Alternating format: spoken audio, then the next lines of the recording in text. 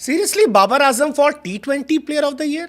कि बाबर आजम सीरियसली कैसे पॉसिबल हो सकता है? जीरो इंपैक्ट पूरे साल में, T20 world cup super flop. Shocking, बहुत शॉकिंग। कि बाबर आजम से कोई हमारी व्यक्तिगत दुश्मनी तो नहीं, बिल्कुल नहीं, पर कैसे नॉमिनेशन हो सकता है? आप सोचा हार्दिक पांड्या का नाम नहीं है यार, रोहित का नाम नहीं है, और इन लोगों ने एक्चुअली में किया। हार्दिक पांड्या, अगर मैं आपको बताऊं जो मैं कह रहा हूं, फिटे मुंह के अलावा कुछ नहीं बोल सकता आईसीसी को कि आईसीसी ने जो cricketer of the year in T twenty international की जो नॉमिनीज पेश करी है उसमें आपके 4 लोग हैं। एक तो है आपका सिकंदर रजा, चलो ठीक है। एक दूसरा है आपका ट्रेविस हेड, बिल्कुल बनता है। तीसरा आपका अर्शदीप सिंह है, वो भी चलो मान लिया। लेकिन बाबर आजम, जिस आदमी को T20 खेलना नहीं आता, जिसको T20 की टीम से धक्के देके निकाल देना चाहिए, उस बंदे को आईसीसी ने क्यों नॉमिनेट करा है? चौथा देख लो आप, ये तीनों का सीवी देखा और आईसीसी की एक्सप्लेनेशन सुनी कि इन्होंने क्यों उनको नॉमिनेट करा। बाबर आजम का सुन लो। बाबर आजम डिस्पाइट, शुरू ये हुआ है डिस्पाइट अ मिक्स्ड ईयर, जिस आदमी का नॉमिनेशन दिया है, अगर उसका सेंटेंस शुरू हो रहा despite. Seriously Babar Azam for T20 player of the year? I mean ICC की तरफ से जब नॉमिनीज निकल कर आए T20 player of the year award के, तो सारे नामों के बीच में एक नाम ऐसा था जिसे सुनकर इंडिया और पाकिस्तान दोनों के कान से धुआं निकल गया कि बाबर आजम सीरियसली सीरियसली बाबर आजम, मतलब कैसे पॉसिबल हो सकता है? जीरो इंपैक्ट पूरे साल में, T20 world cup super flop, average एक मीडियोकर का, स्ट्राइक रेट खत्म, बॉलर से खराब, उसके बाद T20 player of the year?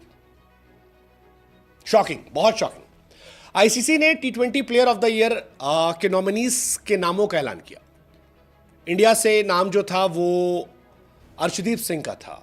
यहां भी शॉक लगा था क्योंकि हार्दिक पांड्या का नाम लोग एक्सपेक्ट कर रहे थे। हार्दिक ने साल T20 में बहुत अच्छा किया है, बहुत अच्छा किया है, बैट बॉल दोनों से।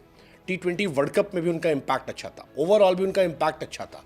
उनका नाम क्यों नहीं रहा पता नहीं चला। जसप्रीत बुमराह का नाम इसलिए नहीं होगा कि मैच बहुत कम खेले, इसलिए शायद उनका नाम नहीं रहा। तो एक नाम अर्शदीप सिंह का, एक नाम था ट्रेविस हेड का, again he is a headache, तो उनका नाम तो बनता है। जिम्बाब्वे के सिकंदर रजा का, और एक नाम बाबर आजम का। और जैसे ही बाबर आजम का नाम दिखाई पड़ा, लोगों ने कहा भाई साहब सीरियसली बाबर आजम? बुमराह, हार्दिक, रोहित, इनकी जगह बाबर आजम? अब अगर आपको लग रहा है कि बाबर आजम से कोई हमारी व्यक्तिगत दुश्मनी तो नहीं, बिल्कुल नहीं, बट बाबर की फॉर्म ऐसी है यार कि आप क्या कहोगे। बाबर आजम ने साल 2024 में खूब T20 खेले, 23 मैच खेले हैं, 738 रन बनाए, स्ट्राइक रेट 133 का। यार 133 के स्ट्राइक रेट पे यार कौन खेलता आज के टाइम पे? T20 वर्ल्ड कप पे 4 मैच में 122 रन बनाए, स्ट्राइक रेट 101 का, 101। आई मीन बाबर आजम का नॉमिनेशन जसप्रीत बुमराह, हार्दिक पांड्या, रोहित शर्मा के ऊपर T20 में समझ से परे। आप रोहित शर्मा की पारी याद करो यार, T20 वर्ल्ड कप में इंपैक्ट था। बुमराह का याद करो, इंपैक्ट था। And that's where people started saying कि this has to be the joke of the year, कि बाबर आजम का नॉमिनेशन जाता है बुमराह, हार्दिक, रोहित के ऊपर। मतलब कैसे पॉसिबल है ये? कैसे नॉमिनेशन हो सकता है? आप दुनिया में किसी खिलाड़ी को दे दो, किसी भी प्लेयर को दे दो, किसी और का नाम आता शायद इतना शॉक नहीं होता। बाबर ने बीते साल 2 साल में कुछ नहीं किया है किसी फॉर्मेट में, टेस्ट, ओडीआई, T20, कुछ भी ऐसा नहीं किया जो बहुत बड़ा हो। बाबर ने 2022 के पहले जो खड़ा है वो खड़ा है। जब वो आए थे 19 के आसपास, और वहां 17, 18, 19 जब भी आए थे वो, और वहां से 22 तक अच्छा खेला उन्होंने 4-5 साल।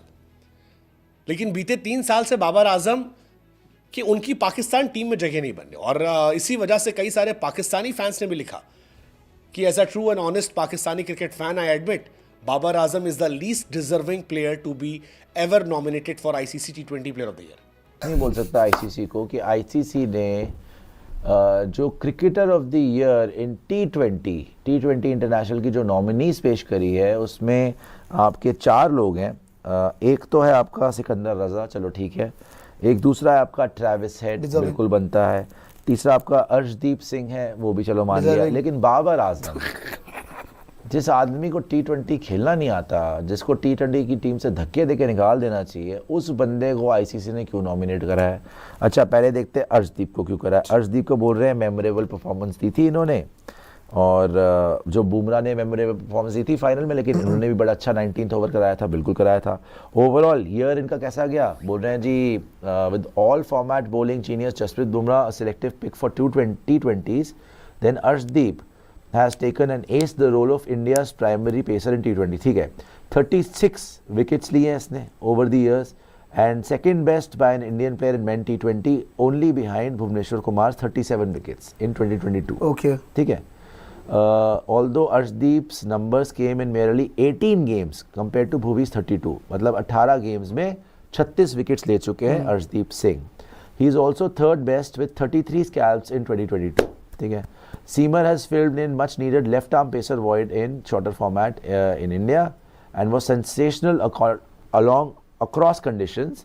मतलब श्रीलंका में, वेस्ट इंडीज़ में, साउथ अफ्रीका में, होम पे, सब जगह पर इसने अच्छा करा था। मेमोरेबल परफॉर्मेंस इन्होंने बताया कि 19th ओवर जो इन्होंने कराया था वर्ल्ड कप फाइनल में, और जिसमें इसने सिर्फ 4 रन दिए थे।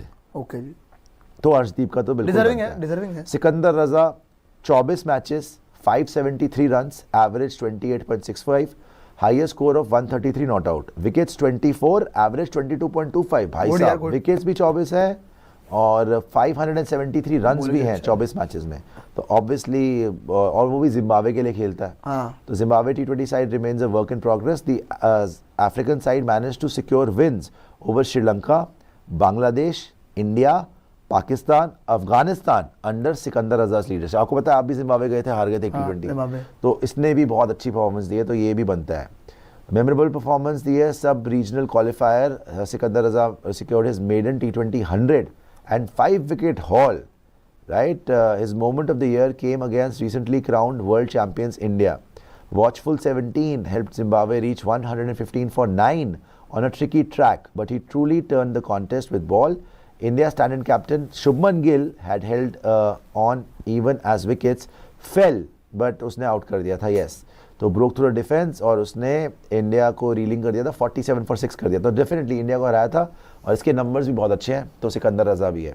अच्छा जी, ये भी हमने देखा। अब Travis head 15 matches, 539 runs, average 38.5 और हाईएस्ट स्कोर ऑफ 80। ठीक है, और रन्स मारे 539, second best ever for an Australian in a calendar year, second best ever for an Australian in a calendar year, came at a strike rate of 178.47, 539 runs at almost 180 strike rate। ठीक है, और ICC tournament knockout में आपको याद है 76 और 43 मारा था, बहुत मारा था इसने, ब्लॉकबस्टर परफॉर्मेंस करा था। Head was dismissed of the final ball of the power play. He raised his way to 59 of just 23 balls, cracking 12 boundaries with 4 sixes to his credit। ये कहाँ की बात कर रहे हैं? Head took the charge against Matthew Short। ठीक है, blockbuster performance kid against England in Southampton, तो इसने भी बढ़िया करा। अब चौथा देख लो आप, ये तीनों का सीवी देखा और आईसीसी की एक्सप्लेनेशन सुनी कि इन्होंने क्यों उनको नॉमिनेट करा। बाबर आजम का सुन लो। बाबर आजम डिस्पाइट, शुरू ये हुआ है despite a mixed year, mixed year, जिस आदमी का नॉमिनेशन दिया है अगर उसका सेंटेंस शुरू हो रहा डिस्पाइट, कि देखो भैया इसके बावजूद जाने दो कि मिक्स्ड ईयर हुआ है, घटिया ईयर गया है, लेकिन इसके बावजूद हमने इसको नॉमिनेट करा। क्यों? Despite a mixed year, no other Pakistan batter scored as many T20 runs and Babar Azam in the last 12 months। तो ये बेसिस है आपका नॉमिनेट करने का कि पाकिस्तान में किसी ने इससे अच्छे सारा इंडियन मीडिया बोल रहा है कि बाबर आजम को किस तरह T20 का प्लेयर ऑफ द ईयर बनाया जाएगा।